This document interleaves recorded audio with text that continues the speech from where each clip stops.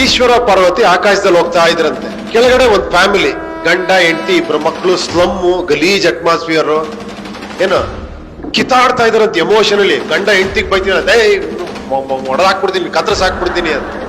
ಹೆಂಡ್ತಿಲೇ ನಿನ್ ನನ್ನ ಮಗನೇ ನಿನ್ ಓಡಿಸ್ಬಿಡ್ತೀನಿ ನನ್ನ ಮನೆ ಬಿಟ್ಟು ಅಂತ. ಈ ತರ ಫುಲ್ ಗಲಾಟೆ, ಮಕ್ಕಳು ಅಳ್ತಾ ಇದ್ದಾರೆ. ಪಾರ್ವತಿ ಕೇಳದ್ಲಂತೆ, ಏನ್ ಶಿವ ನೀನ್ ಜಗದೋದ್ಧಾರಕ, ನೀನು ದೇವ್ರು, ನೀನು ಹೋಗ್ಬಿಟ್ಟು ಅವ್ರಿಗೇನಾರ ಒಂದ್ ವರಾಗಿರ ಕೊಟ್ರೆ ಒಳ್ಳೇದಾಗತ್ತಲ್ವಾ ಅಂತ. ಈಶ್ವರ ಹೇಳದಂತೆ, ಬೇಡ ಒಳ್ಳೇದಾಗಲ್ಲ, ಸುಮ್ನೆ ಬಾ ಹೋಗೋಣ ಮುಂದೆ.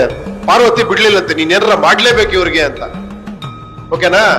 ಕೊನೆ ಕೆಳಗಡೆ ಬಂದ್ರಂತೆ. ಈಶ್ವರ ಹೋಗ್ಬಿಟ್ಟು ಒಂದ್ ವೇಷ ಮರೆಸ್ಕೊಂಡು ಹೋಗ್ಬಿಟ್ಟು ಆ ಗಲಾಟೆ ಮಾಡ್ತಿರಲ್ಲ ಗಂಡ ಹೆಂಡತಿ, ತಡೆದ್ಬಿಟ್ಟು ಗಂಡರ್ ಕೇಳದಂತೆ, ನಿನ್ಗೇನಾರ ಒಂದ್ ವರ ಕೇಳ, ಯಾಕೆ ಕೊಡ್ತೀನಿ ಅಂತ. ಅವ್ನ ಆವೇಶದಲ್ಲಿ ಇದ್ನಲ್ಲ, ಕೋಪದಲ್ಲಿ, ವರ ಕೊಡ್ತೀಯಾ, ಆಗತ್ತಾ, ಈ ನನ್ನ ಹೆಂಡತಿ ಹಂದಿ ಆಗೋಗ್ಬಿಡ್ಲಿ ಅಂತ.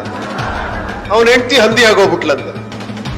ಹಂದಿ ಹತ್ರ ಹೋಗಿ ಕೇಳದ್ನಂತ, ಮತ್ತೆ ನಿನ್ಗೇನಾರ ಒಂದ್ ವರ ಕೇಳಮ್ಮ, ಕೊಡ್ತೀನಿ, ಒಳ್ಳೇದಾಗತ್ತೆ ಅಂತ. ನನ್ನ ಹಂದಿ ಮಾಡೋದ್ ನನ್ನ ಗಂಡ, ಅವನು ಹಂದಿ ಆಗೋಗ್ಬಿಡ್ಲಿ ಅಂತ. ಅವನು ಹಂದಿ ಆಗೋಗ್ಬಿಟ್ಲಂತ.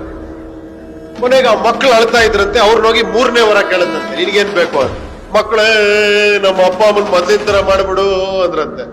ಟಮಾರದ್ ಮತ್ತೆ ಮೊದ್ಲಿನ ತರ ಮತ್ತೆ ಸ್ಪೈಟ್ ಡಮಾ ಡಿಮೀರ್ ಅಂತ. ಈಶ್ವರ ಹೇಳದಂತೆ, ಎಷ್ಟು ವರ ಕೊಟ್ಟೆ ನಾನು? 3 ವರ ಕೊಟ್ಟೆ. ಏನಾರ ಯೂಸ್ ಆಯ್ತಾ ಇವ್ರಿಗೆ? ಯಾಕಂದ್ರೆ ಇವ್ರ ಬುದ್ಧಿ ಎಮೋಷನ್ ಜೊತೆ ಕೊಟ್ಬಿಟ್ಟಿದ್ದಾರೆ ಕೈಗೆ. ಇವ್ರಿಗೆ ಬುದ್ಧಿನೇ ಇಲ್ಲ ಇವ್ರಿಗೆ. ಬಾ ಇನ್ನೊಂದ್ ಕಡೆ ತೋರಿಸ್ತೀನಿ ನಿನ್ಗೆ ಒಬ್ಬನ್ನ ಅಂತ ಕರ್ಕೊಂಡು ಹೋದಂತೆ.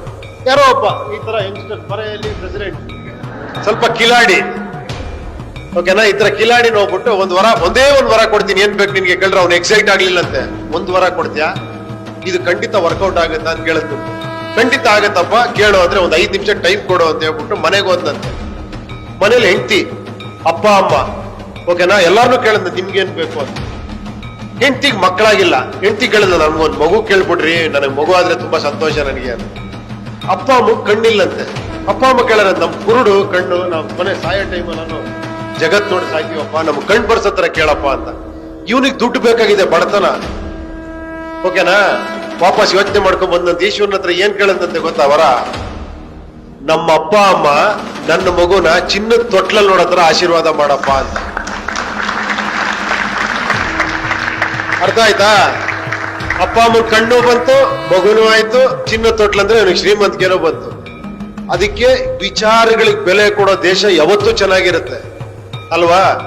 ಈ ಎಮೋಷನ್ ಬೆಲೆ ಕೊಡೋದಿದೆಯಲ್ಲ, ಅದು ಯಾವತ್ತು ಅಜ್ಞಾನದ ಫಲ ಅಹಂಕಾರ, ಅಹಂಕಾರದ ಫಲ ದ್ವೇಷ, ದ್ವೇಷದ ಫಲ ಸರ್ವನಾಶ.